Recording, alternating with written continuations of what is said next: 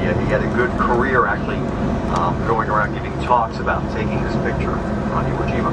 Now, on your right-hand side, everybody, it's what I call an ooh-ah moment. It's that postcard picture perfect view of Washington on your right-hand side. So Bob will slow down a little bit, and if you see the perfect alignment of the U.S. Capitol building with the Washington Monument and the Lincoln Memorial. Ooh, oh. So there never is a bad angle of view in Washington. And you probably see that shot a lot in the news shows, the weekend news shows, and in the movies as a Washington scene setter. We'll pass it on the way out. We'll have an exiting ooh-ah moment. Now,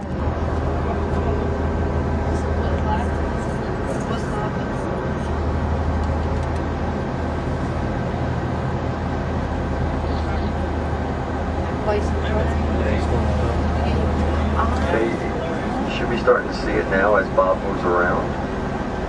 Oh, that's beautiful. What do you notice? Praying hands. What? The hands are praying? Well, also it looks like the flag's going up. Wow, it does. Looks like praying hands when they're both like in one line. Oh, yeah. Yeah. Hey, guys, very important throughout the trip, no flashes when you're on the bus. You can take pictures, but no flashes. It really distracts the driver and other drivers. And yeah, and it also reflects off the window. It reflects back. You get like a big flash. Yeah. So we're gonna get off here, guys, and then we're gonna meet Bob.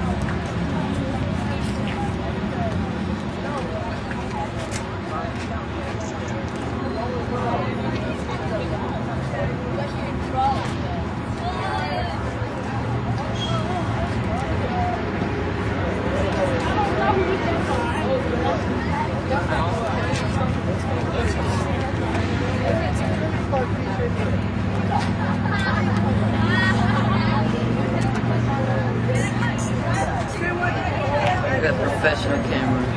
Really? Since Alex has this digital one, I thought I'd better take something because he probably is not taking any pictures. Right, Alex? You can hear this, I'm sure, once you see it. Anthony and I are chatting about whether or not you're taking any pictures. Well, it doesn't say waterproof. Next time, hop on the bus that Anthony and I are on, and we can all be together, and I could have gotten a picture of you and Anthony in front of it, and had photo opportunities all day long. Right, Anthony? Yeah. Yeah, Alex. And there's Anthony! Woohoo! And Cody! And the guy who has a hat like yours! And the...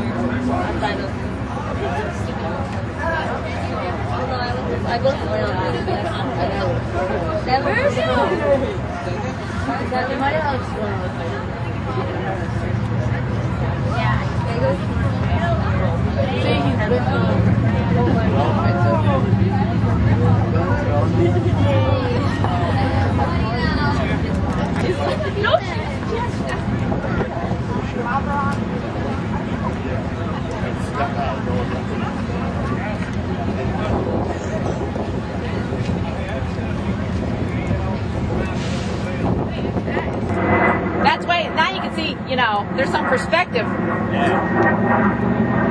how big that thing is. Down retail waterfront where they have restaurants and shops and the like.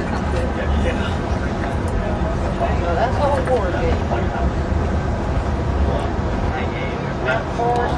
They all arrive here on Sunday. Now, we are going to have a adventure and a challenge this evening doing our memorial tours because I don't think we're going to be able to move these guys away. And I don't think we have enough muscle, frankly, guys. So this is Rolling Thunder. Thousands of motorcycles come from all over the country every year at this time as a support of the Vietnam War veterans. There are still about 2,000 unaccounted people who fought in Vietnam. And you might see under some of the American flags a black flag flying. That's the MIA POW flag, and that's a promise not to stop and not to stop remembering the Vietnam War until all those people are accounted for.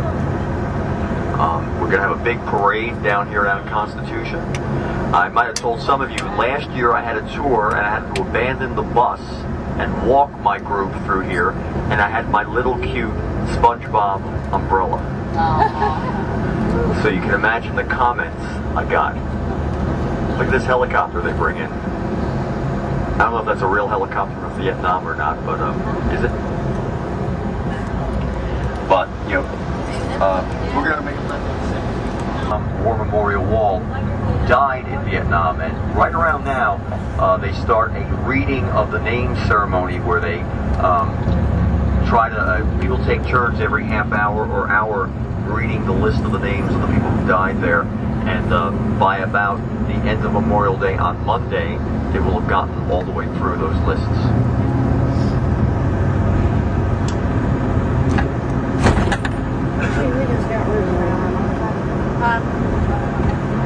What? Yeah, well, I mean, you know, we're okay here. Oh. Maybe he was afraid of this, but I think it's okay now. It's constitutional now. Yeah, but it might be 12 hours. I think Sunday's tomorrow. Sunday's the day of the free. Yeah, that's different hours. Yeah. But you're right. I mean, I have to clarify it too. Sometimes yes, if we were on this Constitution Avenue 200 years ago, we'd be underwater. That's because this street was no street at all. It actually was a canal in and out of the city, the Tiber Creek Canal. And that brown building you see on your right-hand side there, that brown building right here on the corner, is the place where the gatekeeper of the canal would have lived with his family. He would have controlled the levels of the water here on the canal. So that's Brown House is a hangover from when this was a canal. In the early 1800s, however, the railroads were invented, and rail travel and rail shipping became more efficient than water travel, at least water freight shipping. So they covered this over, and now it's what we call Constitution Avenue. But these brown buildings are kind of a hangover from those canal days. What's the one on the left? That is, I think there's like something to do with the pump of the water from the tidal basin by the Jefferson Memorial, and when this was a canal. But you know, these all hang Red Cross, of which Elizabeth Dole from North Carolina used to be the director and president of the American Red Cross. You know, they keep on changing. There's been controversy. Literally, they just appointed a new one over the last few months. I remember seeing her picture, but there has been some, you know, controversy post Katrina about the directors there. Left-hand side, the Corcoran Gallery, one of our many art galleries. On the right-hand side, you're going to see a very funky, kind of eclectic. File that for your SAT vocabulary words. It means a very strange, eccentric mix of things. This is a mix of architectural styles here. It is now called, this building on the right, the Old Executive Office Building. And it's where President Bush and President Cheney have their staff members and their support staff. When it was opened in the 1890s, you could say this building was the precursor, the forefather of the Pentagon, because this was called the Department of War. The Navy and the Army Department were stationed in that rather funky-looking building that we now call the Old Executive Office Building. Here we have the Renwick Gallery on the right-hand side, one of the many art museums of the Smithsonian Institution. Now, you young people might not remember this, but our adults, you see this McDonald's on the left-hand side? I like to call that the Bill Clinton McDonald's. Remember, we used to see pictures of him jogging around in his sweatsuit, you know, and then he'd end at McDonald's, you know, for a quarter pounder. Mm-hmm. Well, that's the Bill Clinton McDonald's there, right near the White House. Yeah, take a bite. Yeah. Yes, that's true. It's the grass that I plucked something like 2 years ago. Oh, wow. Oh, neat. So you have been here before then? Not third time. Oh, wow. Well, Alex came with Mr. Argabright in 8th grade, and Mrs. Pond thought I didn't have a chance ever to come.